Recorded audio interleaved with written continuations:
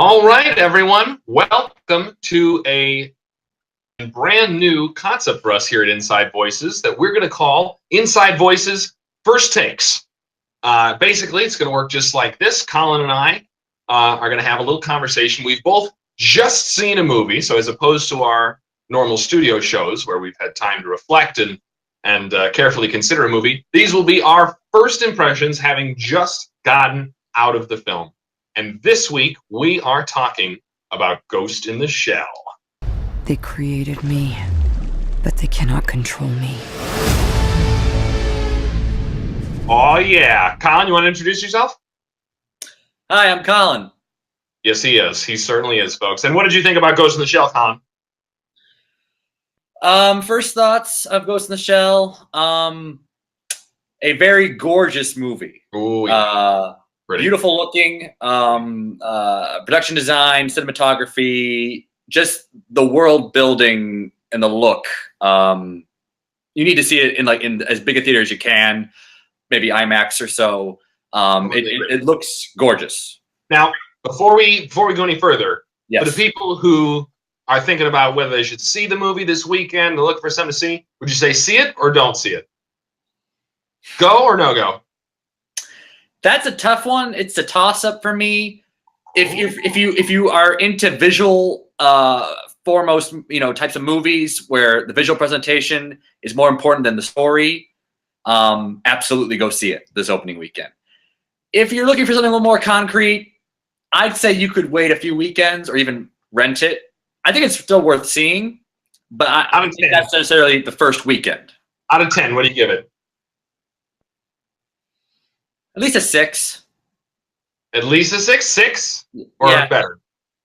Definitely a 6. I'll have to think about it more if I wanted to really give it a score, but at least a 6. Mm-hmm. And we're not going to be that far off. I give it a 7. So pretty close. I say, pretty good. I mean, I say go. I say if you saw the previews or you know anything about it, and you're thinking, I might want to see that, I don't think you'll regret it. I think you'll enjoy it. You like Scarlett Johansson, you like robots, you like future, go see it. Particularly if you like Blade Runner, then definitely go see it. I was going to bring that up, but for the spoiler part of the video. But yeah, I don't think it's a spoiler that it takes many influences from Blade Runner. Now that being said, for those of you who just wanted to see whether we thought you should see it, go see it from me. Maybe go see it from Colin, so take that for what it's worth. But now we're going to get into the real heat of the meat about what we thought about this thing. So from here on out, spoilers for anybody who hasn't seen it yet and doesn't want to know, go see it, pause this video, leave your computer running all weekend, then come back and play from here, and we'll talk about it further. All right, Colin. Spoilers graphic right now. Right now. Now. All right, Colin. Let's get into it. Yeah. Let's get into it for real. Oh, what did you think, buddy? I mean, beautiful. For sure it was. Let's talk about Blade Runner. Let's talk about Blade Runner. Now, okay, I should preface this, okay? I've never seen Blade Runner, and I knew it was using Blade Runner as a reference. That's how obvious the Blade Runner comparison was to me. Yeah, Not that I'm complaining, because it looked fantastic. The whole city, all the holograms, the neon lights, so good. The very first shot of the city, okay, after like the prelude where she's getting out of surgery or whatever, okay, but then they cut to the city shot, and it's a one shot, and they're going through all the buildings, and you see the logo, and then you just see her in silhouette on the building. Fantastic shot to establish the world and just the look, and the music at that moment too. We'll get to the music in a second, but the music also worked to help that scene out. I was sold on the look from that moment on going forward. Yeah. Very good. My favorite, shots of the city itself were after her partner comes to get her. She's underwater with the jellyfish, having herself a think, gets up, and they're on the boat. And that was the one time, and the neon's all glowing. Oh, yeah. That was my favorite. That was great. That was a really great backdrop for that movie. Yeah. If in terms of like what types of movies besides Blade Runner, like compare it to, I would say it's like an 80% Blade Runner, maybe like 20% Total Recall type of movie. you know, because they do touch on like philosophical dreams versus memories and reality versus fantasy and, you know, all that stuff. Not as much, not that much. Barely. I mean, but they do touch on it a little bit. A little bit, but it's really not. I mean, I think it's clear to the audience the whole time that the glitches are supposed to be meaning. No. I get that. I understand that. Yeah. So I'm saying not really touch. It didn't really get into dreams versus real versus memories. Like they're memories. We know it from the beginning. It's not very ambiguous. For Scarlett's character, but like I'm thinking of specifically the scene where they're interrogating that prisoner who was hacked into shooting the last doctor, and then they're interrogating him in the box. They're having a conversation about like, well, he must have new memories because he thinks he has like a child.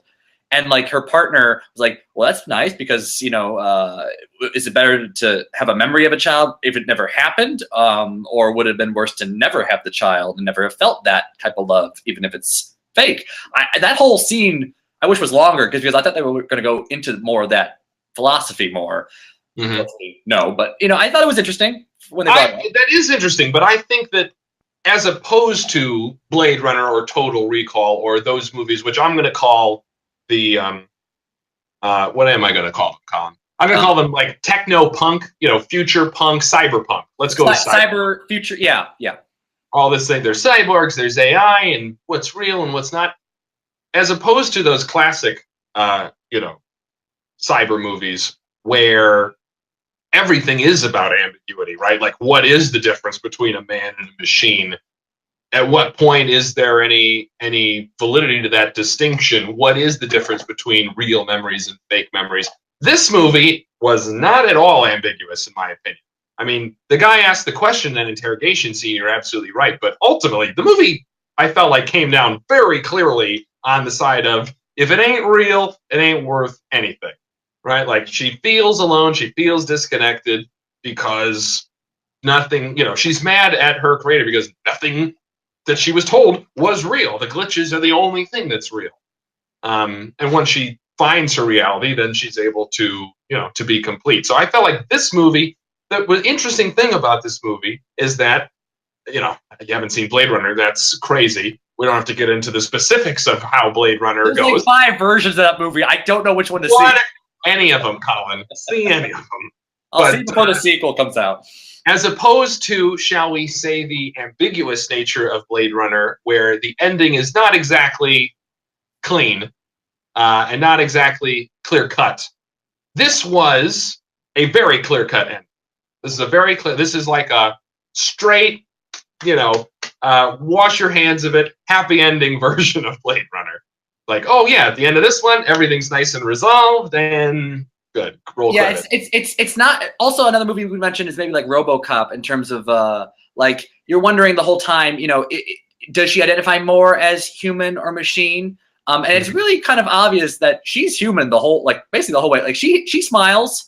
I don't know if she laughs that much, but like, you know, when she pets the dog, you could tell that she's feeling something. Or when like her partner is okay, getting the new eyes, you know, she jokes with him. Machine wouldn't necessarily do that. She's a human in a robot body. I mean, right.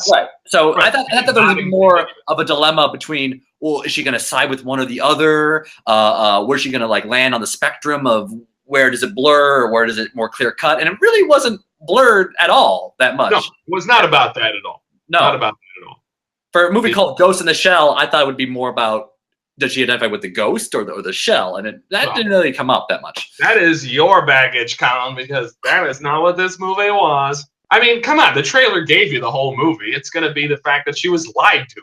And you know what? That's actually one of my biggest problems with the movie, actually, was the fact that nothing was surprising. No, nothing. There were no, like, okay, actually there was one thing, but I'll bring it up in a second. But I just want to say, just in the general plot, we've already seen so much. Like, there was no new revelation, no new thing they were keeping hidden from the advertisements. You see a 30-second trailer for this movie, you know the movie. And I'm just like, absolutely. I needed more, either you know, plot twists or just different revelations. So the story for me was really too simplistic and easy to guess, and not bold enough, which is why I wish they had talked about more about this whole fantasy reality. I thought that's what they were going with it, and that was just for one scene. And I was just like, oh, that's too bad. Yeah, no, it was extremely straightforward. I mean, I would argue that even if you hadn't seen a 30-second trailer, the bad guy in this is so mustache twirling. That, I mean, you know immediately from that first scene where he's like, she's not a person, she's a weapon. She's like, no, she's still a person. Like, okay, I got it. I got the whole movie. She's going to have to kill you. All right. Yeah. You know, it was very archetypical, excuse me. You know, definitely straightforward. No big deal. Like, and the boss is the good guy. Careful who you screw with. And then, you know, it was very, to me, that felt manga. It felt Japanese or like an anime. Certainly, he looks a bit like an anime character, the section chief. He's got look to him. It's the hairstyle, isn't it?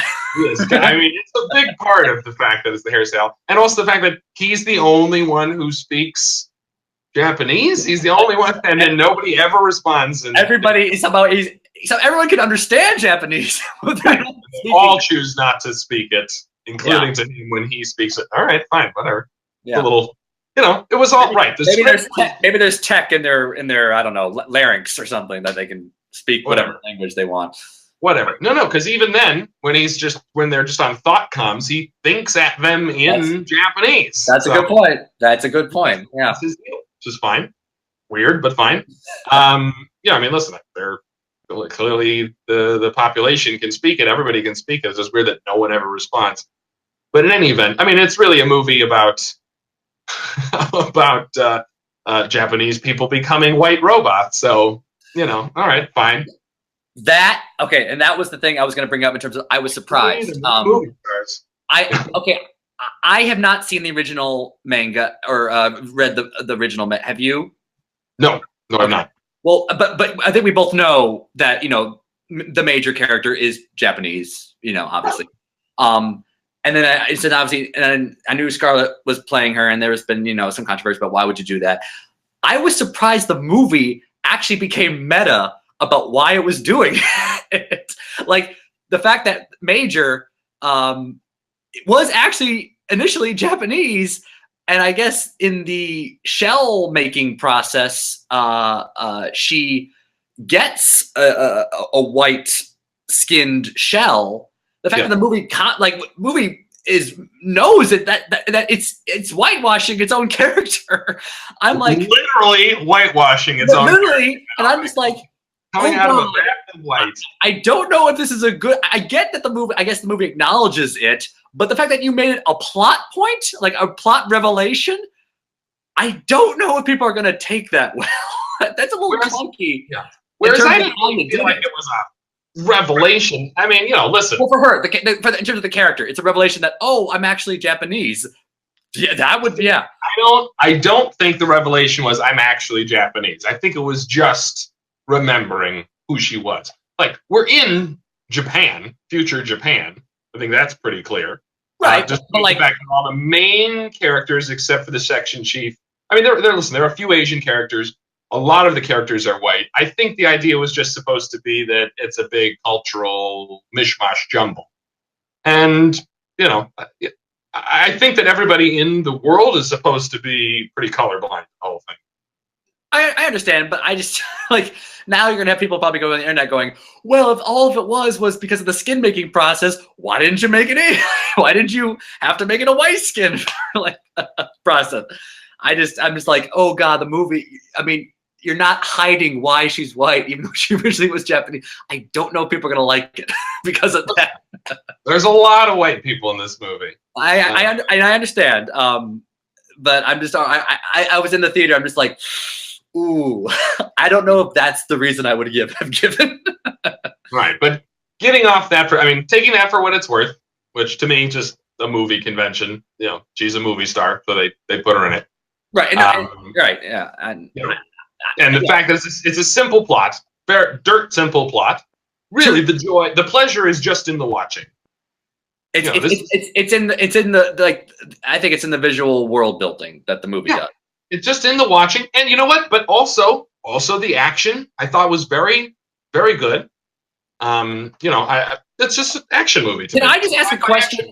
Can I just ask a question regarding the ending and also the first action scene? Sure. How does she drop off a building, gets invisible, but like I don't see her land on anything? Swings into the right. Just, like stuck on the wall.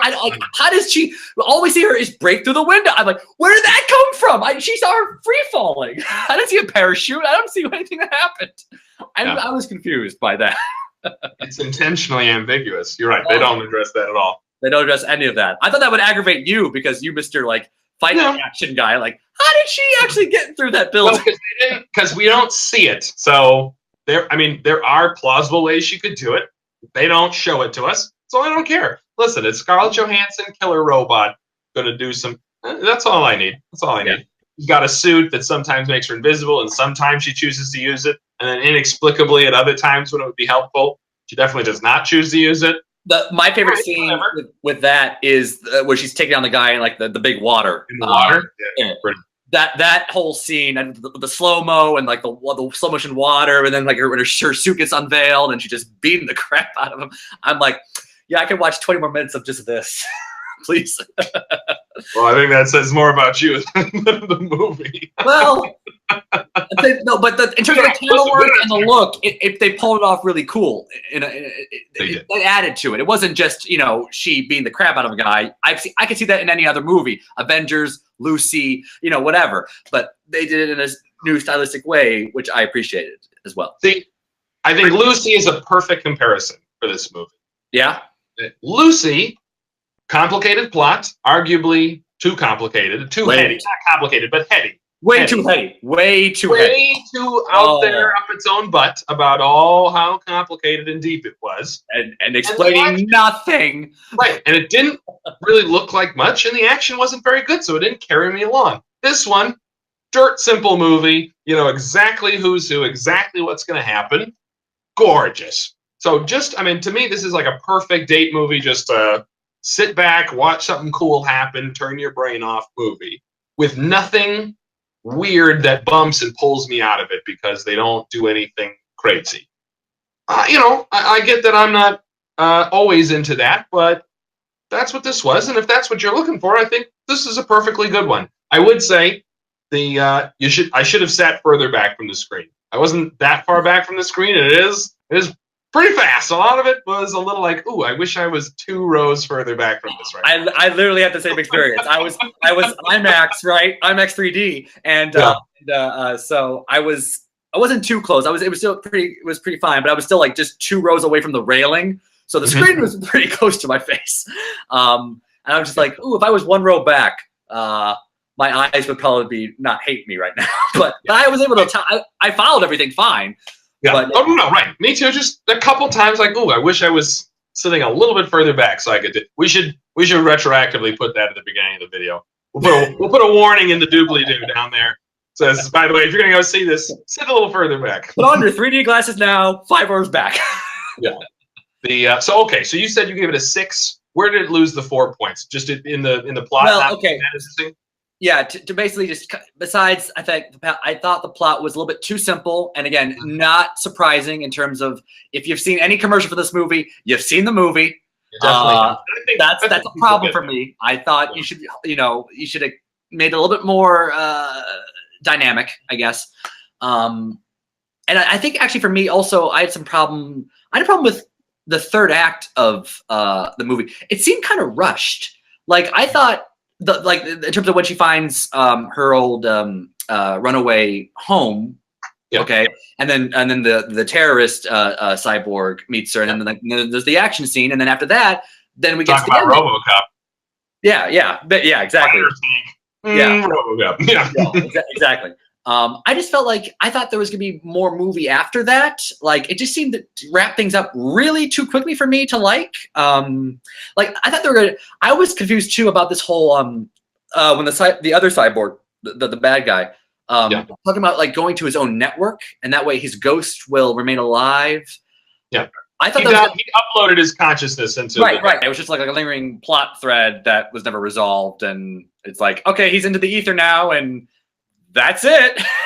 Yeah, I mean, the resolution. I felt like the resolution is that he's out there now, in Cyber Heaven, and he's available for future installments. Well, okay.